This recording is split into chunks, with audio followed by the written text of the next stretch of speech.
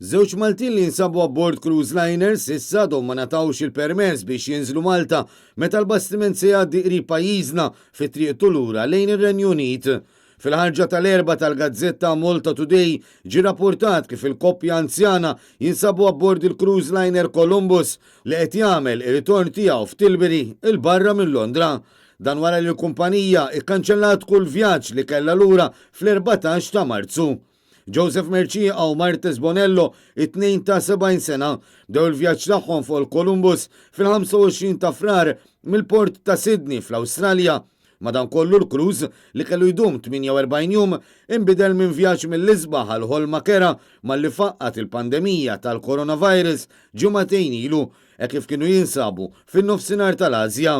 Preżentament il-bastiment jinsab fi-triqtu lejn il-kanal ta' Suez lest biex jidħol fil-Baħar Mediterran u mistenni jasal fl-Ibħra Maltin fis-6 ta' April biex jingħata l-fjuwil. Għaldaqstant sakemm ikun qed isir dan, il-vapur talab lill-awtoritajiet Maltin biex jippermettu lill-anzjani jinżlu lura lejn Malta. Madankollu, il-Ministru Jinbord spjega mal-Malta Today li Transport Malta ċaħdu li jsir dan. Il-Ministru sostna li l-Maltin ma jistgħux jitħallew jinżlu pajjiżna minħabba l-avviż legali maħruġ mill-awtoritajiet tas-saħħa fejn kienet estiża l-projbizzjoni fuq l-ivvjaġġar lejn il-pajjiżi kollha mill-21 ta' Marzu u jitħallew jidħlu biss bastimenti tal-merkanzija u bi bżonnijiet speċjali.